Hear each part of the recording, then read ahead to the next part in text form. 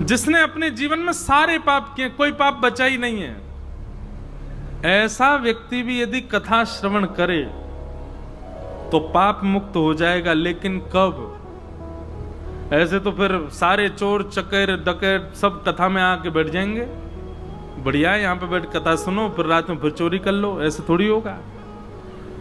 संकल्पित होकर के कथा सुने। श्रीमद् भागवत जी की प्रथम दिन जब दर्शन करे तो व्यासपीठ को देख करके निवेदन कर दे, मुझ में ये अवगुण है नाथ, मैंने ये पाप किए अपने जीवन में, उसका हृदय दुखाया, उसके साथ ये गलत किया, इसके साथ ये किया, यहां पर मांस खाया, मदिरा पान किया, उसका इतना लूट लिया, उसके साथ में उसको इतना नीचे दबा दिया, छल किया, कपट किया, सारे एक ही बार में भागवत जी को बता दीजिए और बता करके कहिए बस इसका जो भी प्रारब्ध होगा जीवन में भोगूं, लेकिन इसके अतिरिक्त अब मैं कुछ भी अनुचित कृत्य नहीं करूंगा, ऐसी कृपा करो। तो श्रीमद् भागवत जी कृपा करेंगी, अनुग्रह करेंगी और पूर्व के जितने पापों के जितने भी आपको पाप भोगने हैं वे सब पाप सूक्ष्म सूक्ष्म सूक्ष्म हो करके आपको लग जाएंगे। समझ में आई बात? नहीं आई? सब पाप बता दिए, पाप बता करके ये वचन दे दिया भागवत जी को कि अब नहीं करेंगे, अब तक जो भी हमसे अपराध हुआ सबके लिए क्षमा, अब दोबारा ऐसा नहीं करेंगे। तो जिस दिन आप नहीं करने का संकल्प धारण करते हैं, श्रीमद् भागवत जी आपको पाप मुक्त कर देते हैं। पाप मुक्त होने का मतलब पाप सूक्ष्म कर देती हैं, मुक्त नहीं हो पाओगे, सूक्ष्म हो जाएगा। लेकिन उसमें एक कंडीशन अप्लाई होती है, अगर आपने भागवत जी को वचन दिया कि हमें पाप मुक्त कर दो और उसके बाद हम कभी पाप नहीं करेंगे, श्रीमद् भागवत जी ने आपको पाप मुक्त कर दिया और उसके बाद कहीं आपने वही चीज दोहराई जो पहले करते थे, तो फिर पुराना तो वापस लग ही जाएगा और नए नए जो पाप लगेंगे वो भी मल्टीप्लाई इनटू 1000 होके लगेंगे। मतलब पहले तो गलत करने पर एक ही पाप था, पर अब तो 1000 गुना होकर के लगेगा। इसलिए आज पहला ही दिन है, अभी भी समय, कल से हो सके तो अगर घबराहट हो जा रही हो तो मत आइयो कथा में, बोले भैया 1000 होके लगेंगे, फिर नहीं तो। अगर कथा व्यास मंच से कह दिया कि ऐसा नहीं करना तो वो नहीं करना है, फिर आपको सुनने के बाद भी किया तो फिर हमसे मत कहना बाद में। हम पहले दिन ही चेतावनी दे रहे हैं, श्रीमद् भागवत जो आज्ञा कर दें, भले ही कुछ अच्छा करने को किया कहा गया वो ना भी करो, पर कुछ गलत के लिए मना किया गया है तो वो तो करना ही नहीं है, ये ध्यान रखिएगा।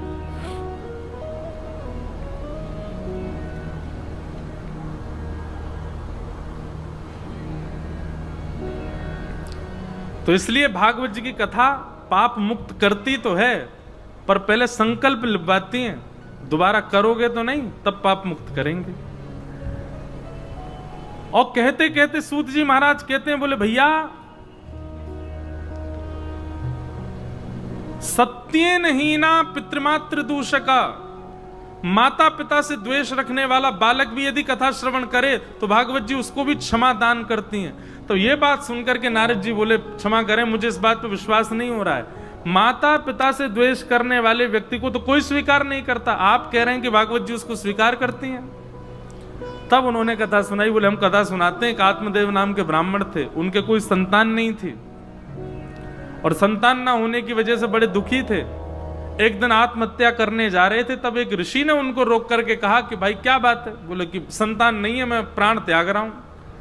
तब ऋषि ने कहा इस जन्म क्या 7 जन्म तक संतान नहीं होगी बेटा, इससे दुखी क्यों होते हो?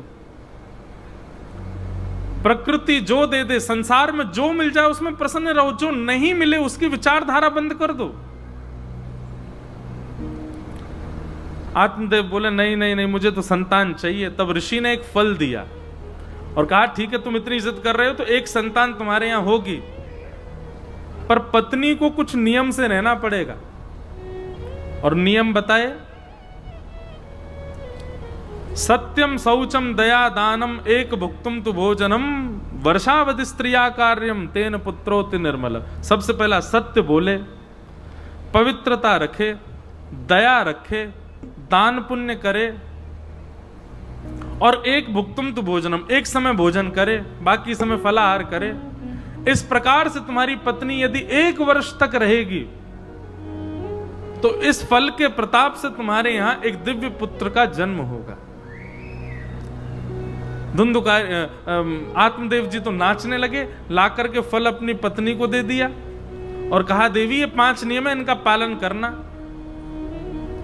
उनकी पत्नी जो थी वो तो उसने कि ये पति देव भी कहीं से भी सुने आते हैं, कोई फल खाने से बालक होंगे हैं, 5 नियम करने से कोई सुंदर बालक होगा।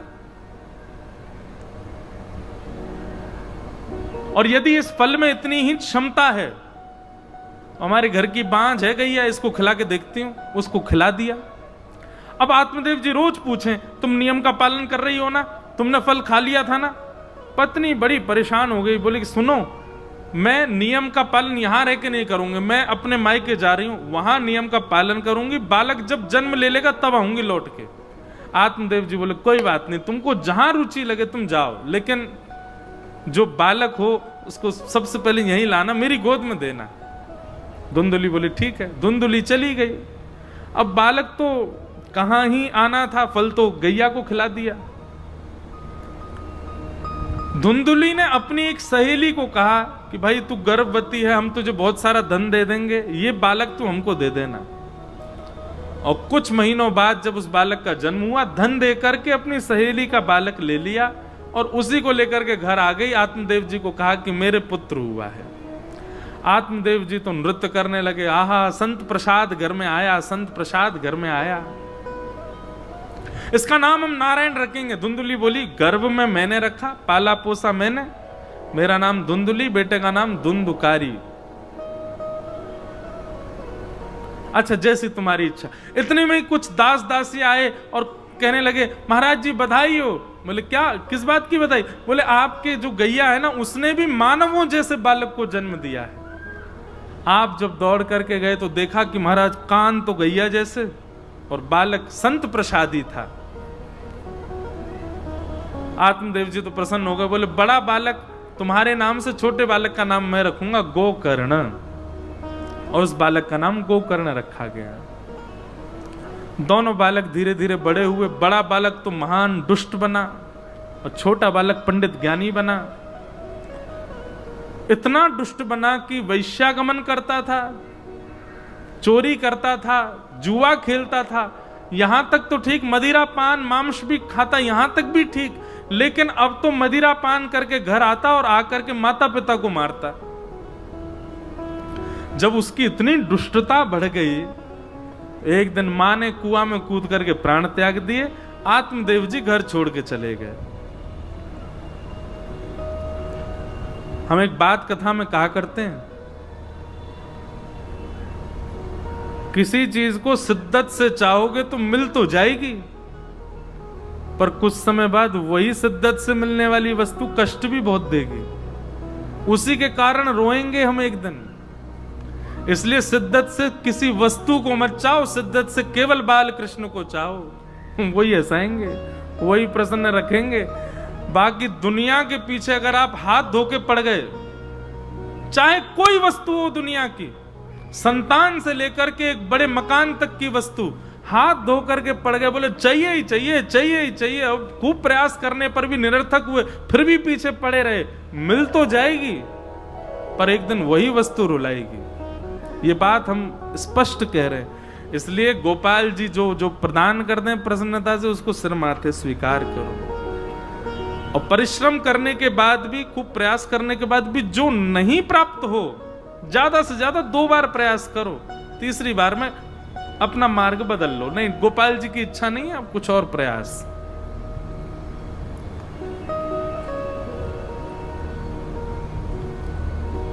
आत्मदेव जी मन में विचार करने लगे, जिस पुत्र की प्राप्ति के लिए मैं इतना रोया, आत्महत्या तक करने का मन में विचार कर लिया, वही पुत्र आया तो आज घर छोड़ के जाना पड़ा। अरे इससे तो बिना पुत्र का अच्छा था, मैं क्यों आया मेरे परिवार में? अब गोकर्ण जी जो थे वो तो विद्यालय में पढ़ते थे, उनको पता चला कि पिताजी घर छोड़ के चले गए, माताजी ने प्राण त्याग दिए। ढूंढते ढूंढते पिताजी के पास आए और आकर के कहा, पिताजी आप दुखी क्यों होते हो? तो तुम्हारे बड़े भाई ने घर को नरक बना दिया। अरे ऐसा मेरा पुत्र होगा ये तो मैंने सोचा ही नहीं था। भैया दुनिया में सबसे बड़ा दुख क्या है? एक तो इतने यत्न करने के बाद वस्तु की प्राप्ति होना और उस वस्तु से ही कष्ट मिलना, बहुत बड़ा कष्ट होता है ये सब बातें सुनकर के श्री गोकर्ण जी महाराज बोले, पिताजी आपके केवल कुछ क्षण मांग रहा हूं मैं, उन क्षणों में ये भूल जाइएगा कि मैं आपका पुत्र हूं। एक गुरु भाव रख करके मेरी बातों को बहुत ध्यान से सुनिएगा। और यहां गोकर्ण जी ने गीता सुनाई 2 श्लोकों में। आज की कथा का यही सार है, बहुत ध्यान से सुनना। गोकर्ण जी महाराज जो कह रहे हैं कि देह स्थिमां सरुधिरे भिमतिं तजत्वं जाया सुतादिषु सदा ममतां विमुञ्च पश्यानिशं जगदिदं क्षणभङ्गुनिष्ठं वैराग्यरागरसिको भवभक्तिनिष्ठ। पिताजी बहुत ध्यानपूर्वक सुनिएगा। अब हम बस इसके बाद फिर कथा विश्राम करें।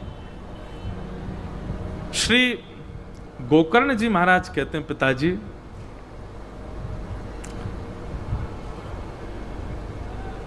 व्यक्ति के जीवन में दुख के कारण 2 होते हैं, अहमत्व और ममत्व। कौन कौन? अहमत्व और ममत्व।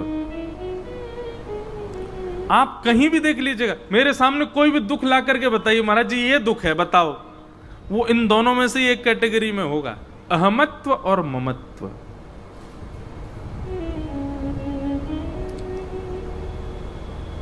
क्यों दुखी डोल रहे हो?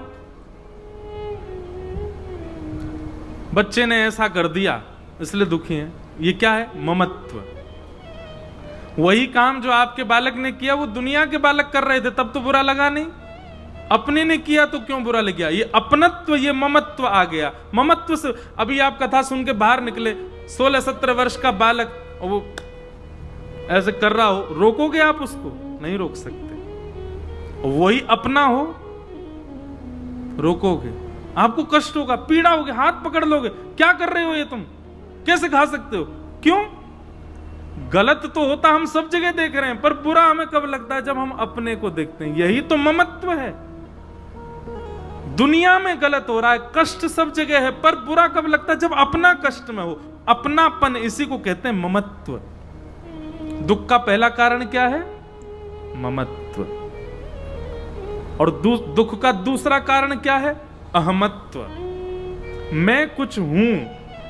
जब आप अपने आप को कुछ मांगने लगते हो, मानने लगते हो, बुरा लगेगा आपको। छोटी छोटी बातों पे बुरा लगेगा। जो अपने आप को बहुत ज्यादा ही कुछ मांगते हैं, उनको तो नेक नेक सी बात बुरी लग जाती है।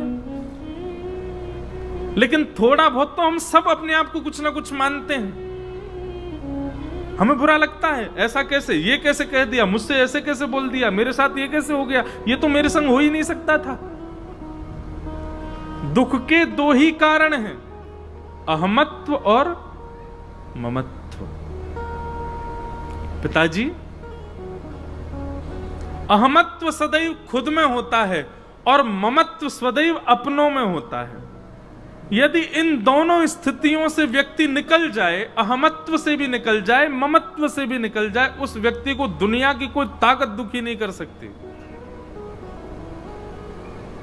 उसको कोई कष्ट नहीं दे सकता।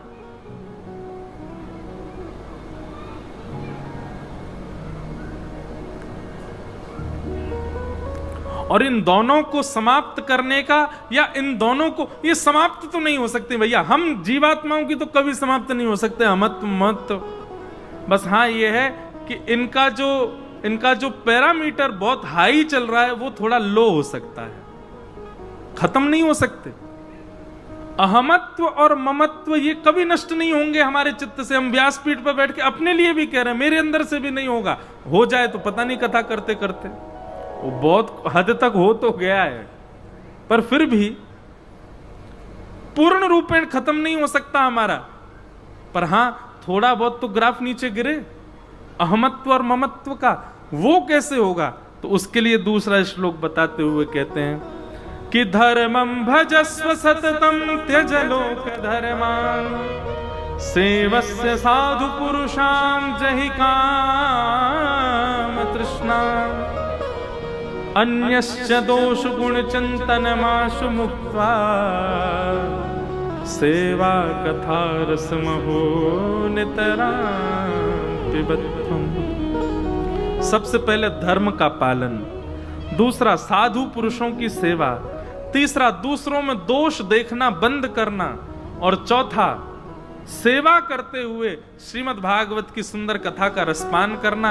इन 4 कामों को यदि कर लिया तो अहमत्व और ममत्व इनका ग्राफ धीरे धीरे नीचे आ जाएगा। कौन कौन से 4 काम फिर से सुनो। सबसे पहले धर्म का पालन करना, जो धर्म आज्ञा करता है वो करना। दूसरा सेवस्य साधु पुरुषाम जहि काम तृष्णा, काम तृष्णा से रहित होकर के साधु पुरुषों की सेवा करना।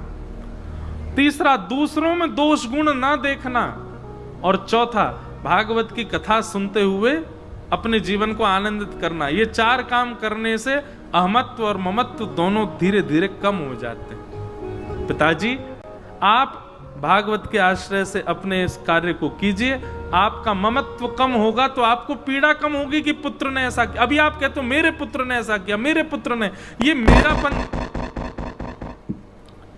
मेरापन जो आपके चित्त में है, कृपा करके इसको नष्ट करो।